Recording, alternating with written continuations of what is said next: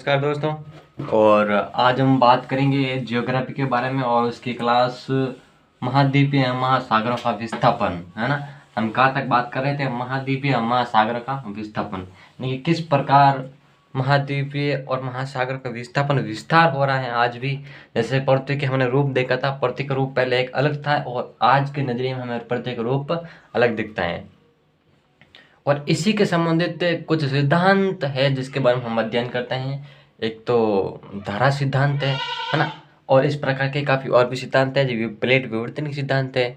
और उस सारी बारे में हम बात करेंगे जिसके बारे में इस प्रकार की जानकारी हमें मिलती है। और एक चीज़ होती है, आज जैसे हमने लगातार पिछली क्लास के अंदर बात की थी, भूकंप के बारे में बात की थी ना, हाँ? और उसके अलावा हमें और कई चीज़ों पर बात की थी, ज्वालामुखी के बारे में बात की थी और सुनामी के बारे में बात की थी। वो सारी की सारी प्रक्रिया है वो इसी से संबंधित बात थी। और भी हम कई जगह और भी हमने देखा देख हाँ भाई, भूकंप आने की समस्या कहाँ पर ज़्यादातर होती है ना। उसी के आधार पर हमें ये पता चलता है प्लेट पर किस प्रकार विवर्तन हो रहा है। ठीक है ना जी। धारा सिद्धांत के यदि सही बात बोले तो संवहन धारा सिद्धांत होता है। क्या होता है? संवहन धारा सिद्धांत।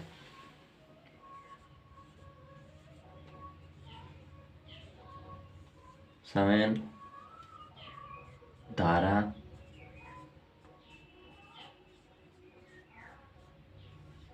सिद्धांत।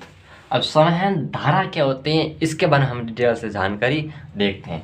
अब जो इनकी शुरुआत है, क्या है इनकी शुरुआत है कि भाई ये कब से लागू हुआ था, कब इनकी शुरुआत हुई है ना, उसके बारे में हम थोड़ी सी जानकारी देखें। तो इनकी जो शुरुआत है, ये जब अस्तित्व में आई थी, जो संवहन धारा सिद्धांत है, जो ये सिद्धांत है, जब ये अस्तित्व में आया था वो आया था 1930 में। ठीक है, कैसा मान लिया 1930 के अंदर संवहन धारा सिद्धांत अस्तित्व में आया। लेकिन लाने वाला कौन था? अरे बाबू, लाने वाला थे एक व्यक्ति का नाम था, जिसका नाम था आर्थर। क्या नाम था? आर्थर, है ना। अब ये आर्थर एक ऐसा व्यक्ति था जिसकी जो मतलब कि सिद्धांत संवहन धारा सिद्धांत के संबंधित था। किसका संबंधित था? संवहन धारा सिद्धांत के संबंधित था, है ना। और जो आर्थर, यदि इनकी पूरा नाम दिया जाए तो आर्थर होम्स कहेंगे आर्थर होम्स कहेंगे। वो होम्स का मतलब एक दीजिए कि भाई घर होता है क्या, यानी मतलब नाम से एक व्यक्ति है, आर्थर होम्स एक व्यक्ति है, लेकिन एक हम समझने का तरीका समझते हैं कि आर्थर का माना होम है, घर की आर्थिक स्थिति अच्छी बनाना। इनकी संवहन धारा सिद्धांत अलग अलग हमें धाराएं बनाएंगे, घर के अंदर क्या बनेंगे? धाराएं बनेंगे। और धारा के माध्यम से हमारा घर यानी हमारे होम का क्या करेंगे? विकास करेंगे, आर्थिक विकास करेंगे। तब क्या हो जाएगा? आर्थर होम्स संवहन धारा सिद्धांत। क्या हो जाएगा? आर्थर होम्स संवहन धारा सिद्धांत। आप मेरी बात समझ में आ रहा है? अब ये होती है आर्थर होम संवहन धारा सिद्धांत। अब इसमें अलग अलग कुछ वैज्ञानिक थोड़ी और भी कुछ नियम वगैरह बताते हैं, लेकिन आर्थर होम्स क्या कहता है? आर्थर होम्स का कहना का मतलब ये है कि साहब, जब पृथ्वी के जब इनके विभाजन की बात आती है और या फिर इनकी जो महासागरीय है ना, उनके विस्थापन की जब बात आती है, तो एक बात देखते हैं। क्या है ये? इसके पृथ्वी का जो तल होता है ना, जो मेंटल होता है, और भूपट्टी होते हैं, उनके बीच के जैसे होते हैं ना, ये होता है मेंटल। अब इसके ऊपर अलग अलग पृथ्वी का ना आकार होते हैं। अब इन्होंने क्या बात बोली कि यहाँ पर साहब क्या होता है? एक रेडियो तत्व होता है। क्या होता है? रेडियो एक्टिव तत्व। रेडियो एक्टिव तत्व है। कैसा? हाँ, रेडियो एक्टिव तत्व था। अब वो क्या करता है? तापमान के बढ़ने के कारण रेडियो एक्टिव तत्व है वो क्या होता है? एक्टिव होता है। क्या होता है? एक्टिव होता है। एक्टिव, है ना। एकदम स्ट्रांग होता है, एकदम सचेत होता है, एकदम जागरूक होता है। और इसी जागरूकता के कारण रेडियो एक्टिव तत्व का क्या होता है? मतलब कि विभाजन के रूप में उभरता है और एकदम वो रेडियो एक्टिव तत्व बाहर निकलने की कोशिश करते हैं, जिसका मतलब ये होता है वो मैग्मा के रूप में बाहर निकलते हैं। अलग और इसके संबंध में और कुछ अलग अलग सिद्धांत भी दिए गए हैं कि रेडियो एक्टिव तत्व का एक्टिव होता है, इनका किस प्रकार बाहर निकलना आता है। इन्होंने इस प्रकार बात बोली थी कि भाई कहीं पर खाली जगह होती होगी, है ना। जैसे कहीं पर बड़े बड़े महासागर के गर्त होंगे, उन गर्तों के अंदर से रेडियो एक्टिव तत्व निकलते हैं। और रेडियो एक्टिव तत्व जहाँ से भी निकलते हैं वहाँ की ज़मीन को खोखली कर देते हैं। यदि कहीं पर कठोर ज़मीन है वहाँ से जब ये निकलेंगे तो फिर उसको रेडियो एक्टिव तत्व है उनको क्या करेंगे, खोखली कर देंगे।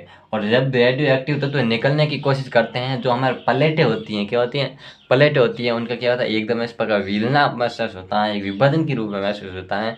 तब आपको पता होगा कि हमारे जिस महाद्वीप में 7 प्लेटें हैं वो इस प्रकार दूरी पर जा रही थी। पहले क्या था, सारी एक थी ना, है ना, मैंने बताया था सारी इस प्रकार एक थी, पहले एक थी ना, फिर धीरे धीरे ये प्लेट हट गई, फिर ये हट गई, है ना, फिर ये ऑस्ट्रेलिया की हट गई, है ना, फिर ये अंटार्कटिका वाला हट गई, ठीक है ना, और ये दक्षिण अमेरिका वाला हट गई, और फिर ये अफ्रीका वाली हट गई, है ना, और फिर ये मतलब कि ये थोड़ी भारत वाली हट गई, है ना, और फिर ये एशिया एशिया वाली आ गई ना, फिर ये यूरोप आ गई। इस प्रकार सारी प्लेटें थी ना। अब इसके अंदर क्या था भाई जी, जब रेडियो एक्टिव तत्व एकदम अपना एक्टिव रूप लेने लगे, तब जैसे मान लीजिए, है ना, अब एक हम नीचे क्या करते हैं, गैस माना चूल्हा होता है ना, अब चूल्हे के ऊपर क्या रखते हैं, पानी रखते हैं, है ना, ये क्या हमारा भगोल है। मैं आपको समझाता हूँ, हर चीज़ जियोग्राफी समझाने के लायक होती है। अब क्या होता है, इसके अंदर हमें ये चूल्हा है हमारा, क्या होता है, चूल्हा, हाँ, इनके हम लकड़ियाँ जला रहे हैं लकड़ियाँ, और जब इसके अंदर पानी है और जब धीरे धीरे वो पानी गर्म होगा तो एक ऐसे उबलने लगेगा ना उबलने, जब उबलने लगेगा इसका मतलब क्या होता है, एक समझ लीजिए उसके अंदर रेडियो तत्व है, वो क्या रेडियो एक्टिव तत्व क्या एकदम एक्टिव होते हैं, एकदम जागरूक होते हैं, वैसे गर्म उबाला लगाने लगते हैं ना। फिर जब ये गर्म उबाला लगाने लगेगी तो हमारे ये हाथ होगा, है ना, उसके ऊपर हाथ एकदम रखने की कोशिश करेंगे तो हाथ एकदम हाथ मतलब एकदम ऐसे हम दूर लेने की कोशिश कर देंगे, हाथ को हटाने की कोशिश करेंगे ऐसे, है ना, रखना कितनी दूर वहाँ बाप पर रखते हाथ नहीं रख पाओगे ना, उसको फिर क्या कर आपको हटाना भी पड़ेगा। तो जब ये एक बात इस प्रकार समझ सकते हैं, ये हमारा हाथ है ना, हाथ है ना, अब इस हाथ इसके ऊपर रखेंगे तो एकदम हाथ हमको हटाना पड़ेगा, जब हाथ हटाएंगे ना तो यही प्रक्रिया यहाँ पर लागू होगी। फिर ये प्लेटें गर्म एकदम निकलने लगी धुआं था, तो इन प्लेटों का विभाजन होने लगा, पिघल प्लेटों के नीचे ना मैग्मा वो पिघलने लगा था, जिसकी वजह ये होता प्लेटों का विभाजन होता है। इसलिए संवहन धारा सिद्धांत एक अपना आप में एक महत्वपूर्ण सिद्धांत है। आई बात समझ में? और इस सिद्धांत का मतलब ही यही होता है कि भाई किस प्रकार पृथ्वी के प्लेटों का विभाजन के संबंधित हमें बात आती है तो उसके संबंधित ये जानकारी देता है। सबसे बड़ी इसकी बात यही होती है, जहाँ पर जो संवहन धारा टकराती है ना, एक बात सोचिए, जहाँ पर संवहन धारा टकराती है वहाँ पर क्या होता है, भाग कमजोर होता है। मैंने सारी बात बताई ना, कलांतर के अंदर धाराएं प्रवृत्ति होती है ना, लिथो स्पेस के विघटित कर देती हैं। लिथो स्पेस क्या होता है, अलग अलग चट्टानें होती है उनको क्या कमजोर कर देती है, विघटित कर जाती है। हाँ, इस प्रकार की मैंने आपने बात बताई थी, वो सारी यहाँ पर बात है, ठीक है ना। अब जो ये हो गई हमारा संवहन धारा सिद्धांत, और इसके बाद में एक और सिद्धांत आता है, वो होता है सागर नीतिल प्रसरण सिद्धांत। क्या आएगा, सागर नीतिल प्रसरण सिद्धांत, लिखना पड़ेगा ना, लिखते हैं, सागर नीतिल प्रसरण सिद्धांत, सागर नीतल प्रसरण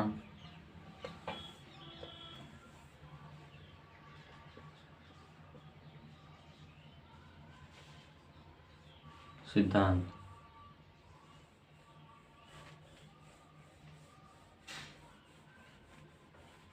है ना। और इसका जब ये अस्तित्व में आया था सागर नीतल प्रसरण सिद्धांत, और ये अस्तित्व में आया था 1960 से 62 के बीच में। साहब इसके लाने वाला कौन थे, साहब इसके लाने वाले थे हैरी हैस। कौन थे, हैरी हैस थे। इन्होंने कहा भाई हम ये काम करेंगे, सागर नीतिल प्रसरण सिद्धांत लाएंगे। इसका मतलब क्या था वही हम चीज़ बताएंगे। सारी भाई बात तो सेम ही है, लगभग इतनी खास कोई चर्चा है नहीं, लेकिन फिर भी क्या होता है, कुछ इसके अंदर थोड़ा बहुत परिवर्तन भी दिया होता है ना। उस आधार पर हमें ये होता है संवहन धारा सिद्धांत के बाद हमें सागर नीतिल प्रसरण सिद्धांत करते हैं। अब सागर का मतलब क्या होता है, एक आप चीज़ सोचिए, मैं अलग अलग पॉइंट के माध्यम से आपको समझूंगा। सागर क्या होता है, समुद्र होता है ना, जैसे बड़े बड़े समुद्र होते हैं उसको हम सागर ही बोलते हैं, छोटे होते हैं उनको हम सागर बोलते हैं, बड़े होते हैं उनको सागर बोलते हैं, है ना। और नीतल का मतलब क्या था, अब एक बात कीजिए, ये इतना गड्ढा है बड़ा, है ना, ये समुद्र है ना, समुद्र है ना। अब इसके अंदर क्या है, ये सारी जमीन आ गई ऊपर, है ना, आई बात समझ, और पानी यहाँ तक भरा है। अब आप मेरे को एक बात पता चाहिए, नितल कौन सा होगा और तल कौन सा होगा? सोचिए। आप जो सोच रहे हैं, इस प्रकार के कंपटीशन एग्जाम के अंदर क्वेश्चन पूछे जाते हैं, तल कौन सा है और नितल कौन सा है। तो बाबू सबसे बड़ी बात यही है, तल होता है ऊपर वाला। अपन बोलेंगे तल तो ये होता है जो निचला जो तला होता है ना, उसी को हम तल बोलते हैं। निचली जो नेक्स्ट जमीन होती है वही होता है तल। तल तो भाई यही होगा ना, ये थोड़ी ना होगा, ये तो ऊपर वाली जमीन है। तल तो ये होगा ना, पानी का जो, जैसे जमीन का तल तो ये हो जाता है, मान लीजिए ना, जमीन का तल ये हो जाता है, और समुद्र का तल तो यही होगा ना।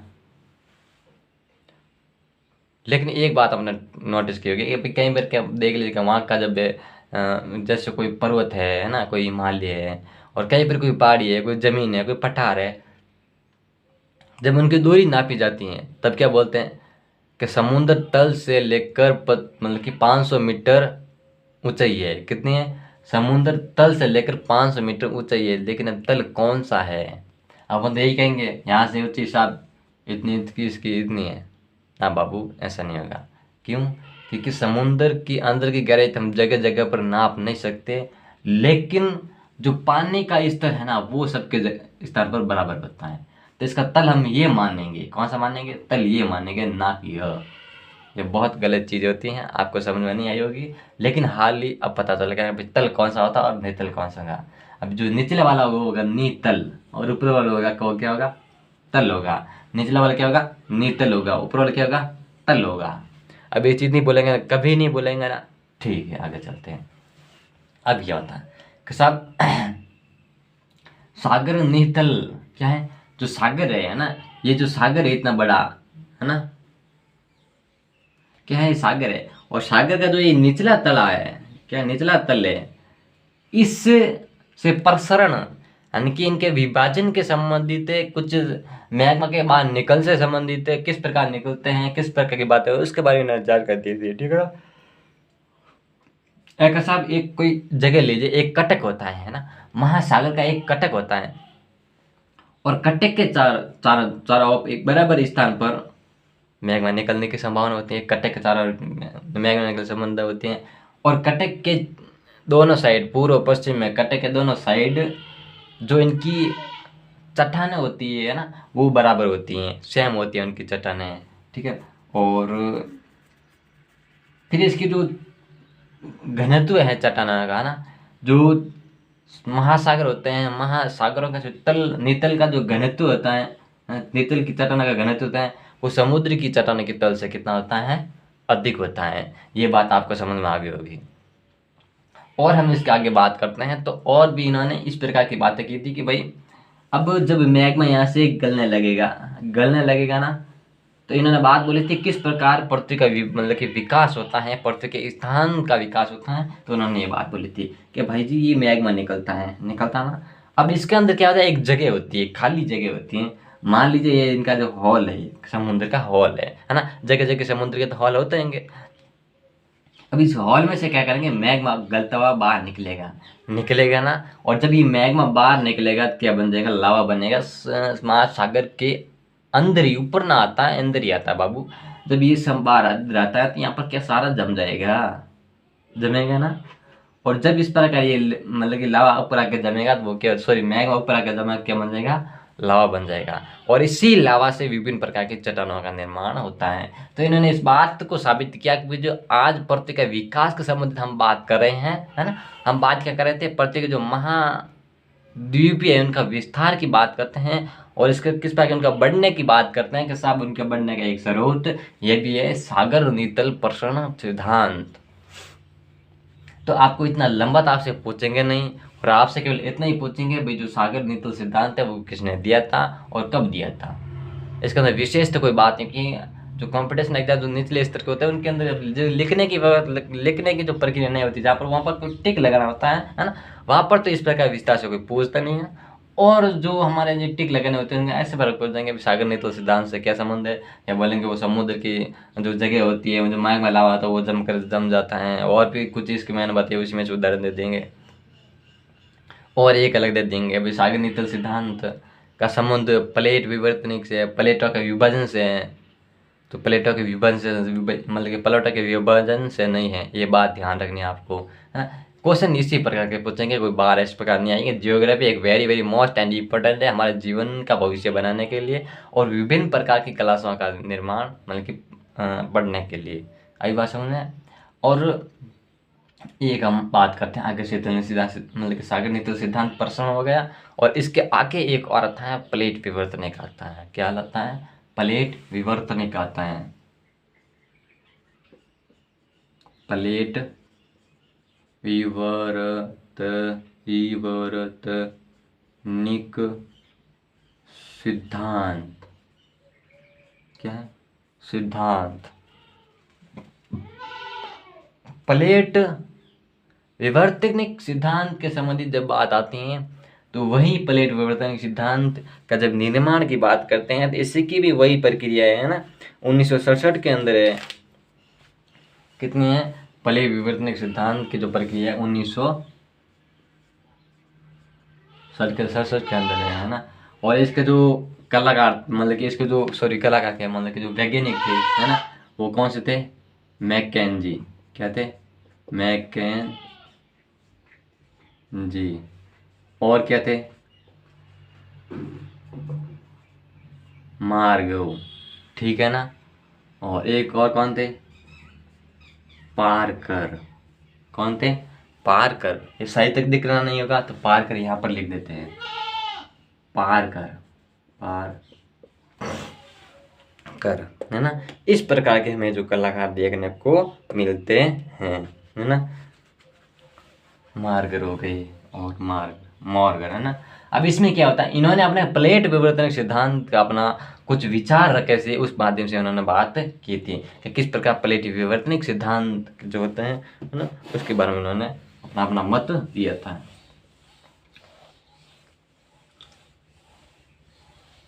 इन्होंने क्या किया, इन्होंने एक बात बोली थी कि जो प्लेट विवर्तनिक सिद्धांत है, इन्होंने बोला था कि हमारे 7 प्लेटें हैं। कितनी है? पृथ्वी पर महत्वपूर्ण बड़ी बड़ी प्लेटें वो 7 प्लेटें, और छोटी मोटी प्लेटें हो सकती हैं लेकिन बड़ी प्लेटें वो 7 हैं।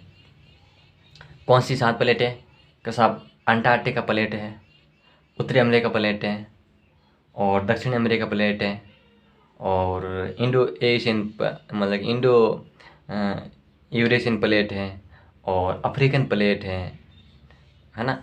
इस प्रकार की जो प्लेटें हैं, है ना, कि इस प्रकार की जो प्लेटें हैं वो प्लेटों के बारे में जब बात करते हैं, इन प्लेटों का क्या होता है? निर्माण होता है, मतलब कि विभाजन इन प्लेटों का क्या होता है? क्या होता है? निर्भाजन इन प्लेटों का होता है ना। सॉरी मतलब इंडो यूरेशियन नहीं, इंडो ऑस्ट्रेलियन प्लेट है ना, इंडो ऑस्ट्रेलियन प्लेट है, प्रशांत महासागर प्लेट है ना। इस प्रकार की जो प्लेटें हैं हमारे सामने देखने को मिलती हैं। यूरेशियन प्लेट, हमारे लिए प्लेट का नाम देखते हैं 1 मिनट के लिए। अंटार्कटिका प्लेट, ठीक है, 1 नंबर। 2 नंबर उत्तरी अमेरिका प्लेट, ठीक है ना। दक्षिणी America plate, 4 number. 2 number 3 number दक्षिण अमेरिका प्लेट हो गई, और 4 नंबर इंडो ऑस्ट्रिया, यूरोप नहीं है ना, यूरोप नहीं, Indo Austria plate, Australia Indo Australia plate, है ना। 5 नंबर पे अफ्रीकन प्लेट, और 6 नंबर पर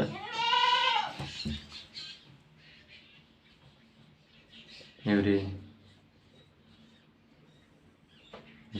plate, Indo Australian plate, Eurasian plate, हाँ प्रशांत प्लेट एक और रह गई, प्रशांत प्लेट।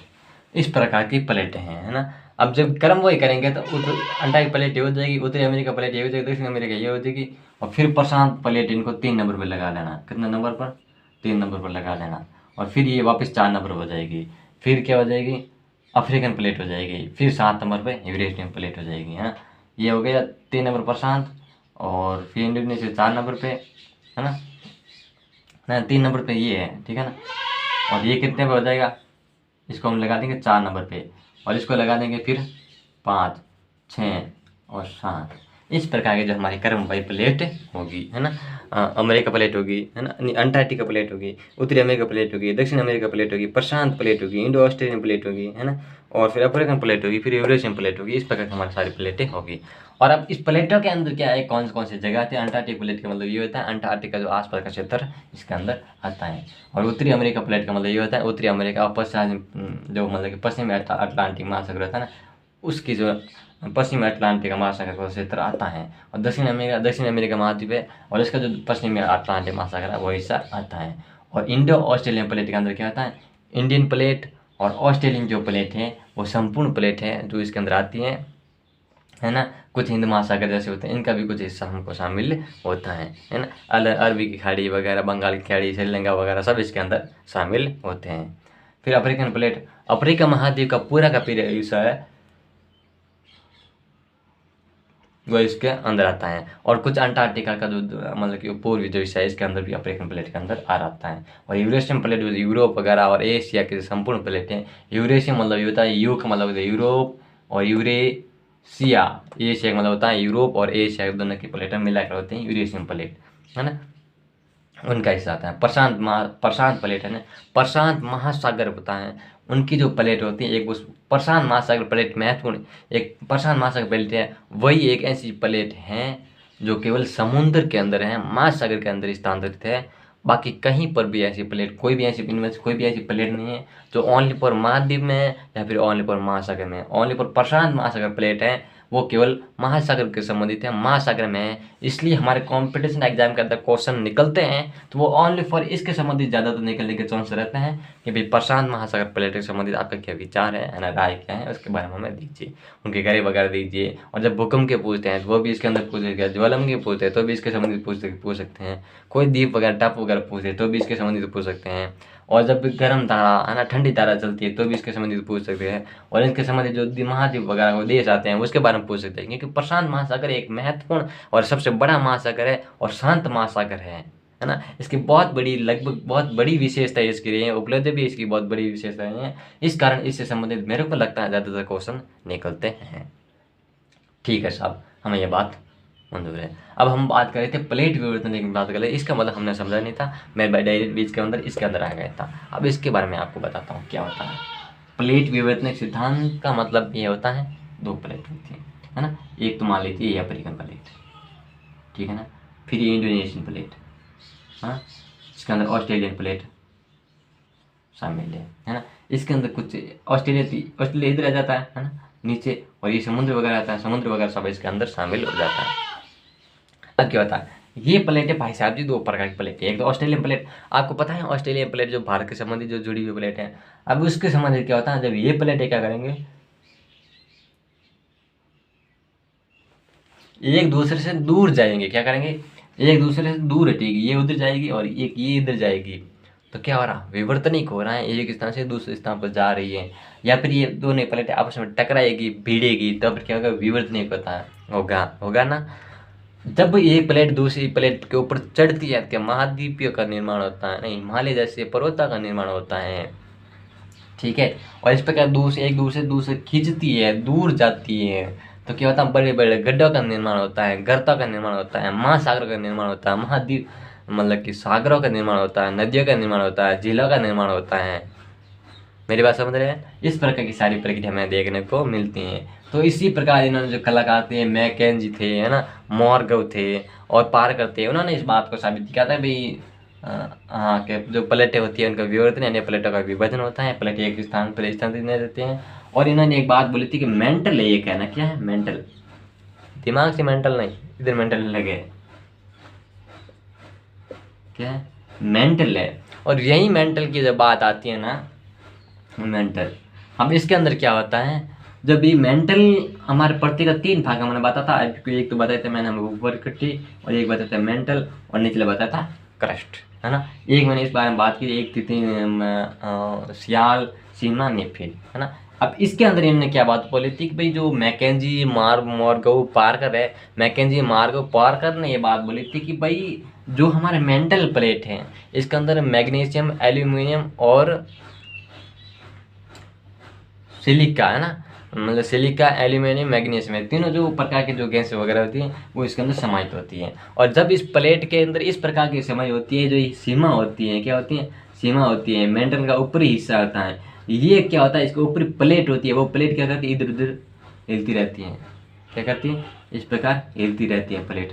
और कभी थ्रेशर को देखा ना, जो अनाज निकालते हैं बाहर, है ना, वो भूसा से अनाज अलग करते हैं, वो थ्रेशर का देखा ना, वो थ्रेशर का जो निचला जो पार्ट होता है वो क्या करता है, इस प्रकार से हिलता रहता है। देखना, कभी ध्यान रखना, इस प्रकार से हिलता रहता है। जब वो हिलता है ना, जो थ्रेशर का जो पार्ट, निचले वाला बड़ा पार्ट जिसके अंदर बाजरे वगैरह जो भी होते हैं और वो जीरा वगैरह होते हैं या फिर और भी कई फसलें होती हैं, है ना, जो सरसों वगैरह होती है वो बाहर निकलती हैं। और जब वो बाहर निकलती है इस प्रकार, जब वो ऐसे प्रकार हिलता है, वो एक आप समझो वो एक प्लेट है, क्या है, प्लेट है। और आप कभी नोटिस करना, वो प्लेट के नीचे वाला जो हिस्सा दूर एक बार स्थानांतर रहता है, एक जगह रहता है, तो उसको हम क्या बोलते हैं, सीमा बोलते थे, मेंटल के ऊपरी हिस्सा बोलते थे। तो आपको पता चलेगा हाँ सब प्लेटें इस प्रकार हिलती हैं। सर हमको क्यों नहीं दिखती हैं? अरे बाबू, हमारा जन्म ही इतने दिखते हैं मुश्किल से 40, 45, 50 साल, तो क्या खाक दिखा का उनसे। कभी प्लेटों का इस प्रकार विभाजन होता है, करोड़ों अरबों साल लग जाते हैं प्लेटों का इस प्रकार विवर्तन नहीं करने में। लेकिन भूकंप की प्रक्रिया देखिए ना, भूकंप आते हैं उसके आने का मतलब यही होता है, भूकंप आने का कभी प्लेटों का टकराव होता है, एक स्थान दूसरे तक खींचना। हम सारी की सारी जानकारी देखेंगे, आपको तो बिल्कुल डरने की कोई आवश्यकता ही नहीं है। जो हमारा जियोग्राफी के संबंधित बात होती है, हम ये बात एक आप पीछे नहीं छोड़ेंगे, हर टॉपिक पर बात करेंगे, विस्तार से बात करेंगे, आपको समझाएंगे, हर प्रक्रिया से हमें बात करने की कोशिश करेंगे। तो कुल मिला के जो आपको ये मेंटल जो वाले प्लेट है, प्लेट विवर्तनिक है, वो समझ में आ गई होगी। और इसकी जो लंबाई है 50 किलोमीटर से लेकर, है ना, 50 से लेकर 200 किलोमीटर के जो आसपास होती है ना, उसकी जो प्लेट है वो क्या स्थानांतरित होती हैं, वो एक करस्ट यानी एक कठोर होती हैं, वो क्या हिलती रहती है इस प्रकार, है ना, हिलती रहती है, सब वही हिलती रहती है। तो उसी को हम क्या कहते हैं, प्लेट विवर्तनिक कहते हैं। क्या कहते हैं, प्लेट विवर्तनिक कहते हैं। ठीक है ना, आज बात समझे, इस पर हमें ध्यान रखनी है। और हम मिलते रहेंगे अगली क्लास के अंदर, और लेकिन इसके अंदर थोड़ा बहुत 3 बात लगी, कुछ और आ गई थी प्लेटों के अंदर, जिसके अंदर कुछ महत्वपूर्ण प्लेट थी, जिसके अंदर एक तो कॉकोस प्लेट थी। क्या थी, कॉकोस प्लेट है, कॉकोस प्लेट, है ना, प्लेट। ये अन्य प्लेट है, क्या ये अन्य प्लेट है, कॉकोस प्लेट। अब कॉकोस प्लेट ये अन्य प्लेट है, और नजका प्लेट है, अरेबियन प्लेट है। क्या है, नजगा प्लेट है, नजगा प्लेट है, अरेबियन प्लेट है,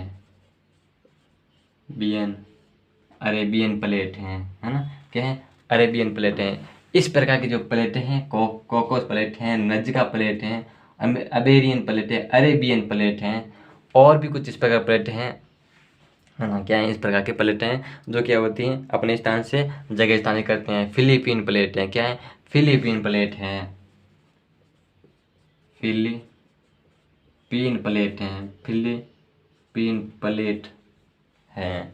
और कोकोस आ गया, और कोकोसीन एक प्लेट होती है ना, क्या होती है, कोकोसीन प्लेट होती है, कैरोलिन प्लेट, कैरोलिन प्लेट होती है ना, क्या होती है, कैरोलिन प्लेट,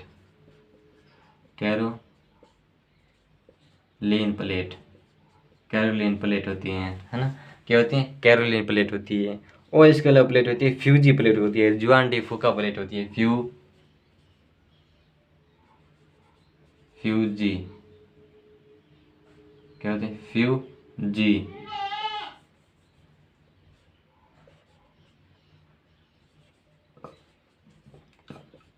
फ्यूजी प्लेट, फूका डी प्लेट, इस प्रकार की प्लेट होती हैं। अब कॉकोस प्लेट के अंदर कौन से हिस्सा है कि सब, कॉकोस प्लेट के अंदर हिस्सा आता है जो मध्य अमेरिका, प्रशांत महासागर है ना, जो मैंने बताया था मध्य अमेरिका का हिस्सा होता है, और जो आगे प्रशांत महासागर होता है उसका जो संबंधित कुछ हिस्सा होता है वो आता है एक कॉकोस प्लेट के अंदर आता है। किसका प्लेट के अंदर आता है, कॉकोस प्लेट के अंदर आता है। फिर आता है नजका प्लेट, है ना, क्या आता है, नजगा है, नजका प्लेट, क्या है, नजका का प्लेट। नजका प्लेट के अंदर क्या होता है, नजका प्लेट के अंदर इस प्रकार के हमें इसे देखने को मिलते हैं, जैसे दक्षिण अमेरिका हो गया, प्रशांत महासागर प्लेट हो गया, है ना। पहला तो वो उत्तरी अमेरिका था, जैसे कॉकॉस प्लेट था वो तो उत्तरी अमेरिका से संबंधित था, और नजका प्लेट है वो क्या है, मतलब कि दक्षिण अमेरिका से संबंधित है। क्या है, दक्षिण अमेरिका। ये दक्षिण अमेरिका प्लेट एक अलग होती है, लेकिन इसके संबंधित और छोटी प्लेट और होती है। क्या होती है, छोटी प्लेट और होती है, जिसे हम नजका प्लेट के नाम से जानते हैं, है ना। वो बड़ी इतनी नहीं होती है, कुछ अन्य प्लेटों में एक नजका प्लेट होती हैं। और इसके बाद में अरेबियन प्लेट है ना, इसके अंदर प्रायद्वीप के अधिकतर भाग होता है। अरब जो प्रायद्वीप है ना, जैसे हमारा अरब महाद्वीप है ना, अरब सागर है ना, तो इस पर एक अरब प्रायद्वीप है, उसके पास महासागर के अंदर कुछ हिस्सा आता है, अरब प्रायद्वीप होता है। वो क्या होता है, उसके अंदर प्लेट विवर्तन के अंदर शामिल होता है, जिसे हम अरेबियन प्लेट कहते हैं। और इसी फिलीपीन प्लेट है ना। फिलीपीन प्लेट का जो दक्षिण मतलब कि अफ्रीका के जस्ट पर के ऊपर, और हमारे भारत के जो पश्चिम के अंदर इस प्रकार का जो प्लेट होती है, छोटी प्लेट होती है, वो फिलीपीन प्लेट कहते हैं। और कैरोलियन प्लेट इस प्रकार होती है, फ्यूजिबलम प्लेट इसको फुका प्लेट मतलब इसी प्रकार होती है। और कैरोलियन प्लेट होती है, क्या है, कैरोलियन प्लेट होती है वो न्यू गिनी के उत्तर में फिलीपीन और भारतीय के प्लेट कैरोल के बीच होती हैं। सो ये कैरोलियन प्लेट होती है भारत के पश्चिम में, और न्यू गिन की जो खाड़ी होती है, न्यू गिन होता है जो क्षेत्र, उनसे ऊपर इसमें अफ्रीका महाद्वीप के ऊपर न्यू गिन और भारतीय के पश्चिम होता है, वो क्या होता है, कैरोलिन होता है। फिलीपीन कुछ अलग होता है, कैरोलिन इसके अंदर होता है। और फिलीपीन तो वो चीज़ होती है, प्रशांत महासागर और एशिया महासागर। अब प्रशांत महासागर, एशिया महाद्वीप, और एक चीन और अमेरिका, चीन और अमेरिका के बीच के अंदर जो क्षेत्र है वो एक महासागर पड़ता है। और चीन जो हमारा एशिया महाद्वीप के अंदर है, और चीन के उधर साइड है ना, भारत का ऐसा नहीं, उधर साइड, चीन के पश्चिम नहीं, चीन के पूरे के साइड के अंदर हमें जो देखने को मिलता है वो क्षेत्र मिलता है, एक इस पर प्लेट होती हैं जिसे हम फिलीपीन प्लेट कहते हैं। ठीक है ना, इस प्रकार की प्लेट हमें ध्यान रखनी। फिर फ्यूजी प्लेट है ना, ये ऑस्ट्रेलिया के उत्तर पूर्वी। फ्यूजी प्लेट मैंने बताया ना, एक ऑस्ट्रेलिया होता है, महाद्वीप होता है ना, ऑस्ट्रेलिया होता है। ऑस्ट्रेलिया की इधर उधर जो भाग होता है, पास वाला भाग होता है, उसे हम फ्यूजी प्लेट कहते हैं। और जो अंतिम प्लेट है वो हमारा फुकाडी प्लेट है। और फुकाडी प्लेट के जुआन डी फुका, फुकाडी प्लेट के होता है अलास्का के नीचे वाला उत्तरी हिस्सा, अमेरिका के ऊपर। अलास्का एक इस प्रकार हिस्सा है, अलास्का है ना, अलास्का ऊपरी वाला हिस्सा, और अमेरिका के आसपास वाला हिस्सा जो क्या होता है, फुका मतलब कि डी प्लेट क्या होती है, फुका डी प्लेट क्या होती है, फुका डी, जुआन डी फुका है ना। मैंने कि फुका डी बताया, फुका डी नहीं, जुआन डी फुका क्या है, जुआन